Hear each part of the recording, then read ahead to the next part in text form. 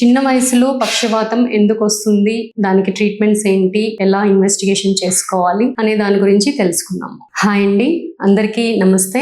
నేను doctor P Haritha Kumari, consultant neurologist, NL speciality hospitals, Nellore. So ఈ మధ్య కాలంలో మనము చిన్న వయసులో పక్షవాతం అనే దాన్ని ఎక్కువగా చూస్తూ ఉన్నాం. పక్షవాతం అంటే 50 దాటిన వాళ్ళకి, 60 దాటిన వాళ్ళకి అని చూస్తూ ఉండేవాళ్ళము. ఈ మధ్య కాలంలో 40 కింద వయసు వాళ్ళకి మనం ఎక్కువగా చూస్తున్నాం. ఈ కాలంలో ఎందుకు ఈ విధంగా ఎక్కువ అవుతుంది చిన్న వయసులో అంటే, so BP, smoking, next sugars, మానసిక ఒత్తిడి వల్ల అండ్ కొలెస్ట్రాల్ పెరగడం వల్ల బ్లడ్ లెవెల్స్ లో, ఈ రీజన్స్ వల్ల చిన్న వయసులో కూడా మనం పక్షవాతాలు ఎక్కువగా చూస్తున్నాం. జనరల్ గా స్ట్రోక్స్, పక్షవాతాలు అనేటివి రక్తనాళంలో రక్త ప్రసరణ తేడాల వల్ల వస్తుంటాయి. సో రక్త ప్రసరణ, రక్తం ఆగిపోవడం వల్ల వచ్చే స్ట్రోక్ ని ఇస్కెమిక్ స్ట్రోక్ అంటాం. రక్త ప్రసరణ ఎక్కువయ్యి, బీపీ ఎక్కువయ్యి రక్తస్రావం జరగడాన్ని హెమరేజిక్ స్ట్రోక్ అంటాం. ఇలా చిన్న వయసు వాళ్ళలో రక్తం గూడు కట్టడానికి, రక్తం చిట్లడానికి చాలా రకాల కారణాలు ఉంటాయండి. 2 రకాల పక్షవాతాలు చిన్న వయసులో, పెద్ద వయసులో, ఏ వయసులో అయినా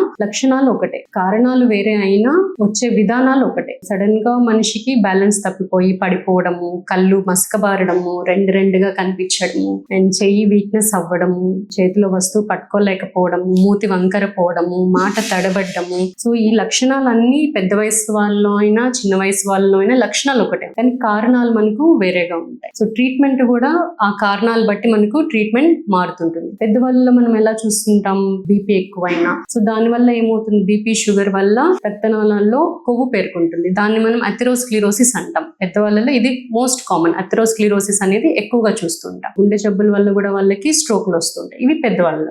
చిన్న వాళ్ళలో గల కారణాలు వచ్చామంటే, ఈ బీపీ, స్మోకింగ్, మానసిక ఒత్తిడి, వీటితో కొలెస్ట్రాల్, ఎక్కువ వ్యాయామం లేకపోవడం వల్ల, ఇవే కాకుండా ఇంకా కొన్ని మెయిన్ రీజన్స్ ఉన్నాయి. అవి ఏం రీజన్స్ అంటే, బ్లడ్ కోయాగబిలిటీ అంటే బ్లడ్ పల్చబడ్డం, factor 8 deficiency, factor 3 deficiency, 5 deficiencies, protein C deficiency, antithrombin 3 deficiency, 5 deficiency. ఈ ఫ్యాక్టర్స్ వల్ల, డెఫిషియన్సీస్ వల్ల ఏమవుతుందంటే, రక్తం పల్చబడే తత్వం, రక్తం క్లాట్ అయ్యే తత్వం మారుతుందండి.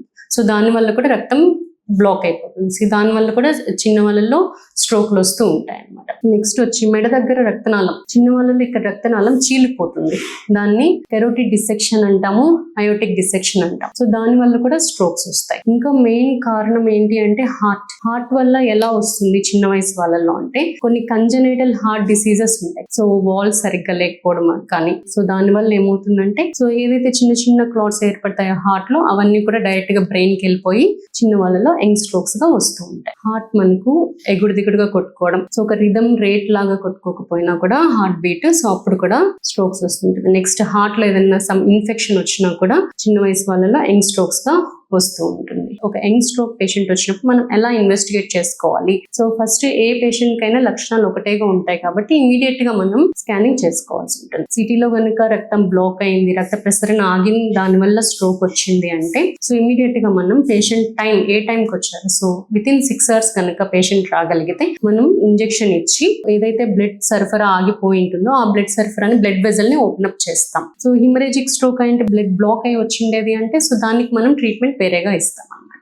సో ఒకవేళ బ్లీడింగ్ ఎక్కువై వచ్చిన స్ట్రోక్ అయితే మనం దానికి ఏ ఫ్యాక్టర్స్ డెఫిషియన్సీ ఉన్నాయి అని ఎవాల్యుయేషన్ చేసుకొని దానికి తగ్గ మెడిసిన్స్ ఇవ్వాల్సి ఉంటుంది. ఇంకోటి వీనస్ స్ట్రోక్స్ అంటాం. ఆర్టరీస్, వెయిన్స్ అని ఉంటాయి. సో వెయిన్స్ లో కనుక మనకు బ్లాక్ అయింది అంటే దాన్ని వీనస్ థ్రాంబోసిస్ అంటాం. దాని వల్ల కూడా స్ట్రోక్ వస్తుంది చిన్న వాళ్ళలో. సో దానికి తగ్గ ట్రీట్మెంట్ మనం ఇవ్వాల్సి, హెపారిన్ అనే ఇంజెక్షన్ ఇస్తాము. సో ఈ విధంగా కారణాలు బట్టి మనం ట్రీట్మెంట్ ఇవ్వాల్సి ఉంటుంది. ఒకవేళ మనకు ఈ లక్షణాలు, స్ట్రోక్ లక్షణాలు ఏదైతే వచ్చాయనుకుంటే, సో చిన్న వాళ్ళలోనే కదా ఏం కాదులే అనుకుని నెగ్లెక్ట్ చేయకుండా ఇమీడియట్ గా సిటీ స్కానింగ్ కానీ న్యూరో సెంటర్ కి వెళ్ళి, న్యూరాలజిస్ట్ ఉండే దగ్గరికి వెళ్ళి దాన్ని ఎవాల్యుయేట్ చేసుకొని ఫర్దర్ గా రాకుండా ఉండాలి అంటే మనం కారణం ఏంటో తెలుసుకోవాలి. చిన్న వాళ్ళలో మోస్ట్ ఇంపార్టెంట్, ఏ కారణం ఉంటే ఆ కారణం కనుక ట్రీట్ చేయకపోతే నెక్స్ట్ మళ్ళీ వస్తూనే ఉంటుంది పక్షవాతం. సో కారణం కనుక్కోవడం కూడా చాలా ఇంపార్టెంట్. అలా తెలుసుకొని దాన్ని ఫర్దర్ గా ట్రీట్మెంట్ తీసుకొని రెగ్యులర్ గా న్యూరాలజిస్ట్ తో ఫాలో అప్ అయి ట్రీట్మెంట్స్ తీసుకుంటూ ఉన్నామంటే మనం మళ్ళీ కూడా స్ట్రోక్ రాకుండా చూసుకోవచ్చు అండి.